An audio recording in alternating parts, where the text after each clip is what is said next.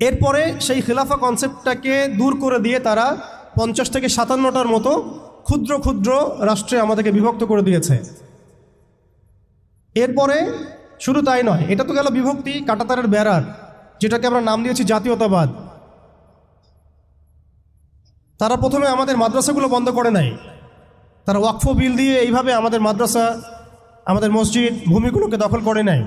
তারা প্রথমে আমাদের রাজনৈতিক ক্ষমতাটাকে কেড়ে নিয়েছে, খিলাফা কনসেপ্টটাকে ডিস্ট্রয় করেছে। এরপরে 57টার মতো টুকরা টুকরা রাষ্ট্রে আমাদেরকে ভাগ করেছে। এরপরের অবস্থা আরও ডেঞ্জারাস। ওই রাষ্ট্রগুলোর মধ্যে তারা তাদের তাবেদার মোনাফেক শাসক বসাইছে। তাদের ধাপগুলো বুঝেন, কোন জায়গা থেকে আমরা কোন জায়গায় আসছি। তারপরে আমি অল্প কথা শেষ করব যে সলিউশন হতে পারে কি কি, যদিও সেগুলোর বেশিরভাগই তাত্ত্বিক, প্র্যাকটিক্যাল খুব কমই হবে। আর প্র্যাকটিক্যাল কেন কম হবে? আমাদের কারণেই হবে। কারণ আমরা অনেক কিছু বুঝি কিন্তু কাজ করতে চাই না। আমরা বুঝি অনেক কিছুই, কাজ করতে বলেন কাজের বেলা নাই, বুঝার বেলা আছে। এগুলো আমরা বুঝতে আসি 100 বছর থেকেই। কেউ বুঝেও বুঝি না, কেউ দেখেও দেখি না, শুনেও শুনি না। ওইদিকে পরে আসি, হার্ডলাইনেও চলে যাব আর কি। এখন রাষ্ট্র ভাগ করার পরে আমাদেরকে জাতীয়তাবাদে বিভক্ত করা হয়েছে। এরপরে আরও মারাত্মক যে কাজটা করা হয়েছে সেটা হচ্ছে আমাদেরকে নিরস্ত্রীকরণ করা হয়েছে।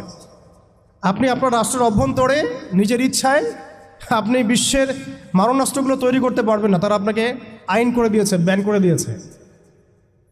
তারা আমাদের রাষ্ট্র ব্যবস্থার মধ্যে ইউনাইটেড নেশনসের মতো মুসলিমদের ইউনাইটেড মুসলিম অর্গানাইজেশনগুলোকে দমন করেছে এবং সেগুলো গঠন করতে আমাদেরকে দেয় নাই। উল্টা তারা সেগুলো করেছে ঠিকই। এরপরে তারা আমাদের রাষ্ট্র ব্যবস্থাগুলোর মধ্যে ওই মোনাফেক শাসকদেরকে বসিয়ে জনগণকে শাসন করিয়েছে। এখনও করে যাচ্ছে, আগামীতেও হয়তো করে যাবে। আমরা সবই বুঝি, কিন্তু আমাদের চিন্তাগুলো কেন জানি মসজিদ পর্যন্ত সীমাবদ্ধ হয়ে যাচ্ছে।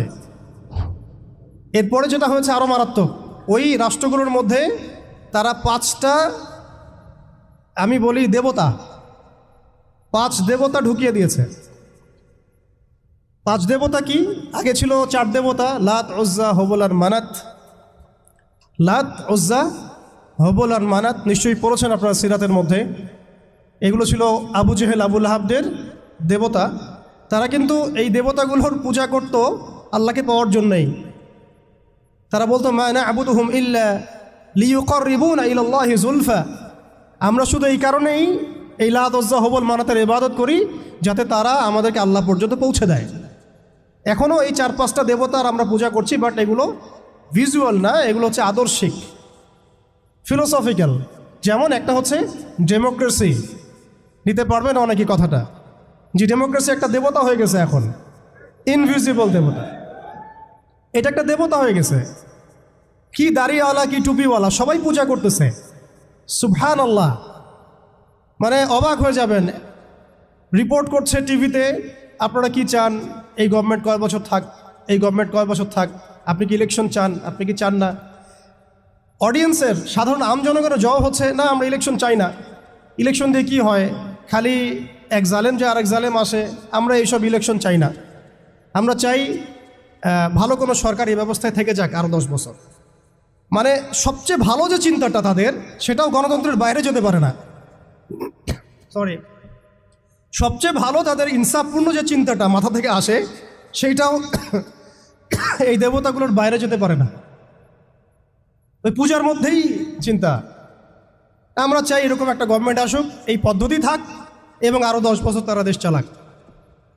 মানে ইসলামে যে আল্লাহ প্রদত্ত একটা রাষ্ট্র ব্যবস্থা আছে, একটা ইসলামী শাসন ব্যবস্থা আছে, এই কনসেপ্টটাই নাই। নামাজ পড়ছে, মাশাআল্লাহ, রোজা রাখছে, হজ উমরা সবই করছে, বাট কেন জানি পলিটিক্যালি রাষ্ট্র ব্যবস্থা, ইসলামের যে রূপরেখা আছে বা ইসলামের যে একটা সুন্নাহ আছে, নবী সাল্লাল্লাহু আলাইহি ওয়াসাল্লামের যে একটা রেখে যাওয়া উসওয়াতুল হাসানা আছে, এইটাই মানুষ মানতে পারছে না বা বুঝতে পারছে না। জাযাকাল্লাহ। আপনারা অবচেতন শব্দটার সাথে পরিচিত কিনা?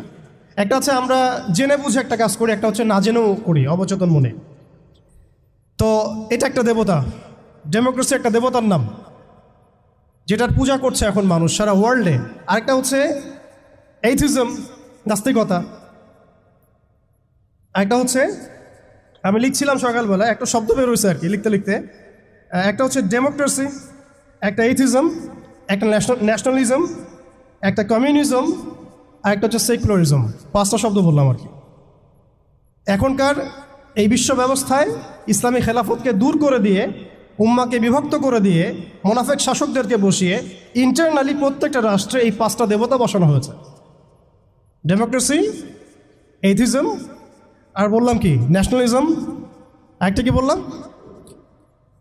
কমিউনিজম এবং সেকুলারিজম, DANCS, কিছুটা ড্যান্সের মতো আর কি। আসলে এরা বিশ্বকে নাচাচ্ছেই, এরা এইসব মতবাদ দিয়ে বিশ্বকে নাচিয়ে বেড়াচ্ছে আর কি। তারা নিজেরা নাচে না এগুলোতে, বরং তারা এগুলোর মধ্য দিয়ে মুসলিমদেরকে নাচায়। যদিও এটা এক্স্যাক্টলি ড্যান্স শব্দটা হয় নাই, কাছাকাছি হয়েছে আর কি। এখানে D আছে, A আছে, N আছে, C এবং S আছে। এই 5টা দেবতার শেকড় যদি এই বিশ্ব থেকে উপড়ে ফেলা না যায়, তাহলে ইসলামী শরিয়া, ইমারা এবং খেলাফা কায়েম হবে না। এবং যখন এই বিশ্বে ইনশাআল্লাহ তাআলা আগামীতে শরিয়া, ইমারা এবং খেলাফা বাস্তবায়িত হবে, তখন এই 5টা দেবতার কোনোটাই বাকি থাকবে না ইনশাআল্লাহ। এই নাপাকিগুলো থেকে পবিত্র না হয়ে বা পবিত্রতা হাসিল না করে আপনি আমি যতই একটা গ্লাসের মধ্যে মধু ঢালি, আর আপনি দুধ ঢালেন, আর কোনো শরবত ঢালেন, ওই গ্লাসটাই নাপাক। আফসোস হচ্ছে আমরা এই নাপাকিগুলো ধরতে পারছি না অনেকেই। আল্লাহ পাক আমাদেরকে ধরার এবং বোঝার তৌফিক দান করেন। এই সিস্টেমগুলো ব্যর্থ, এই মতবাদগুলো ব্যর্থ। এই মতবাদগুলো তৈরি করা হয়েছে আমাদেরকে শাসন করার জন্যে। এই মতবাদগুলো আমাদেরকে গিলানো হয়েছে আমাদেরকে ডমিনেট করার জন্যে, আমাদেরকে পশ্চিমাদের দাস বানানোর জন্যে, জায়নিস্টদের দাস বানানোর জন্যে, IMF-এর কাছে লোনের হাত পাতার জন্যে, কোনো ডিসিশন নেওয়ার আগে, রাষ্ট্রের কোনো ডিসিশন নেওয়ার আগে ইউনাইটেড নেশনসের কাছে এই ভিক্ষার ঝুলি পেতে দেওয়ার জন্যে, আমাদের চোখের সামনে আমাদের ভাই বোনদেরকে নির্মমভাবে হত্যা করলেও আমরা টু শব্দ করতে পারবো না এই জন্যে। ইভেন আমাদের দেশের 99% মানুষও যদি শরিয়া চায়, তবুও রাষ্ট্র ব্যবস্থা এটা চাইবে না, কারণ রাষ্ট্র ব্যবস্থা এই তন্ত্রমন্ত্রগুলো দ্বারা দীক্ষিত। এর মধ্যে আরও আছে মানবরচিত সংবিধান, আরও আছে মানবরচিত বিচার ব্যবস্থা, আরও আছে আল্লাহর হালালকে হারাম করে ফেলা, আল্লাহর হারামকে হালাল করে নেওয়া। পুরো একটা তাগুতি এবং কুফরি সিস্টেম আমাদেরকে দেওয়া হয়েছে। কোন জায়গা থেকে? খেলাফা অ্যাবলিশ করার পর থেকে। আমরা কোথায় ছিলাম এটা আমাদেরকে বুঝতে হবে। এখনকার প্রবলেম কি সেটাও বুঝতে হবে, ক্রাইসিসগুলো, তারপরে আসতে হবে সলিউশন কোথায়। এগুলো ক্রাইসিস। তারপরে ডেমোক্রেসি দিয়ে কি করা হচ্ছে এটা আপনারা অনেকে জানেন, কিন্তু অনেকে আবার বুঝেনও না। এটা দিয়ে আল্লাহর হালালকে হারাম করা যায়, আল্লাহর হারামকে হালাল করা যায়। এটা দিয়ে আল্লাহর জমিনে মানুষের শাসন কায়েম করা যায়। তাহলে এই তন্ত্রমন্ত্রগুলো দেয়া হয়েছে আমাদেরকে তাদের দাস বানানোর জন্যে, তাদেরকে আমাদের অধীনে আনার জন্য নয়। এই জিনিসটা আমরা বুঝতে অনেক সময় ভুল করেছি, এখনও ভুল করছি। আমি খালি প্রশ্ন করতে চাই যে আর কতদিন ভুল করব আমরা? আল্লাহ পাক আমাদের চোখ খুলে দেন, মনের চোখ। আল্লাহ পাক আমাদের কলবের চোখ খুলে দেন। আপনি 20টা আসন পাইতে পারেন হাইয়েস্ট, 5টা আসন পাইতে পারেন হাইয়েস্ট, ওখানেও আপনি দাস হয়ে থাকবেন। আপনি 20টা আসন নিয়ে পার্লামেন্টে দাস হয়ে থাকবেন।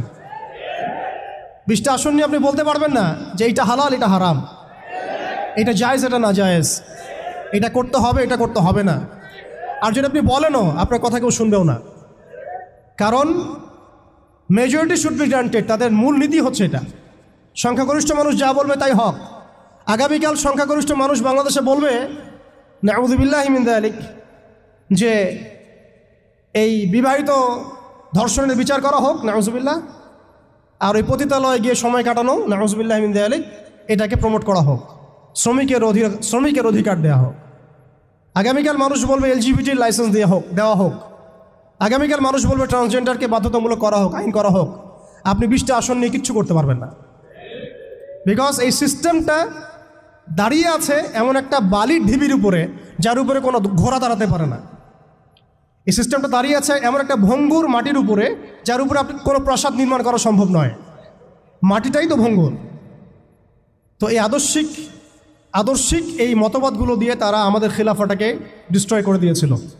আজকে থেকে 100 বছর হয়ে গেছে। আজকে 100 বছর পরে এসে আমি এগুলো নিয়ে কথা বলছি, আমরা এগুলো নিয়ে কথা বলছি। তো মাশাআল্লাহ এটা ভালো। আমি এই ব্যাপারে আশাবাদী যে মাশাআল্লাহ বাংলাদেশের তরুণ প্রজন্ম এখন বুঝতে শিখছে আলহামদুলিল্লাহ। এবং আমরা যদি এভাবে দাওয়াতের মেহনত অব্যাহত রাখতে পারি ইনশাআল্লাহ তাআলা, অন্যদের 20 বছর লাগলে আমাদের 2 বছর লাগবে ইনশাআল্লাহ। আমি কাজের ব্যাপারে পরে আসছি, একটু সময় নেব আপনাদের কাছে। এরপরে তারা যেটা করেছে হালতটা বুঝেন। এরপরে তারা আমাদের ইয়াং জেনারেশনকে টার্গেট করেছে, কয়েকটা জেনারেশনকে টার্গেট করেছে তারা। একটা হচ্ছে ওলামায়ে কেরাম শ্রেণী, একটা হচ্ছে পলিটিশিয়ান, একটা হচ্ছে তরুণ প্রজন্ম, একটা মেয়েরা, একটা বাচ্চারা। খেয়াল করে দেখেন আমাদের পলিটিশিয়ানদেরকে তারা টার্গেট করে কি করেছিল? তাদেরকে ক্ষমতার লোভ দিয়ে ঈমান হারা করেছে এবং আল্লাহর জমিনে মুসলমান নামধারী শাসকদেরকে দিয়েই আল্লাহ বিরোধী আইন বাস্তবায়ন করাইছে। নামধারী মুসলিম শাসকরাই করেছে এবং তারা বলেছে জনগণ এটাই চায়। দেখেন শাসকদেরকে তারা ক্ষমতা দিয়ে তাদের বসে নিয়ে আসছে, দুনিয়াবী স্বার্থ দিয়ে বসে নিয়ে আসছে। ওলামায়ে কেরামদের একটা শ্রেণীকে তারা কিভাবে বসে নিয়ে আসছে? মসজিদ করে দিব, মাদ্রাসা করে দিব, সব কিছুর সাপোর্ট আমরা দিব, রাষ্ট্র নিয়ে, অর্থনীতি নিয়ে, সমাজনীতি নিয়ে আপনারা কথা বলতে আইসেন না। এই টোপ তারা গিলেছেন অনেকেই, এই টোপ তারা অনেকে গিলেছেন। এবং গেলার পর একটা পর্যায়ে কী হয়েছে? ভারত জাজল্যমান দৃষ্টান্ত আমাদের সামনে। ভারত আমাদের সামনে জাজল্যমান দৃষ্টান্ত। যখন আল্লামা আবুল হাসান আলী নাদভী রহমতুল্লাহ আলী বলেছিলেন যে ইতিহাসের এমন কিছু সন্ধিক্ষণ আসে যখন রাজনৈতিক বিচক্ষণতার অভাবে মুসলিমরা যদি এমন কোনো সিদ্ধান্ত নেয় যে সিদ্ধান্তটা যুগোপযোগী না, তাহলে সেই একটা সিদ্ধান্ত উম্মাকে 100 বছর পিছায় দেয়। আপনারা পড়ে দেখেন ওই বইটা, মুসলিমদের পতনে বিশ্ব কি হারালো, বইটা পড়ে দেখেন। ঠিক আমরা দেখুন, আমরা মনে করেছি আমরা একটা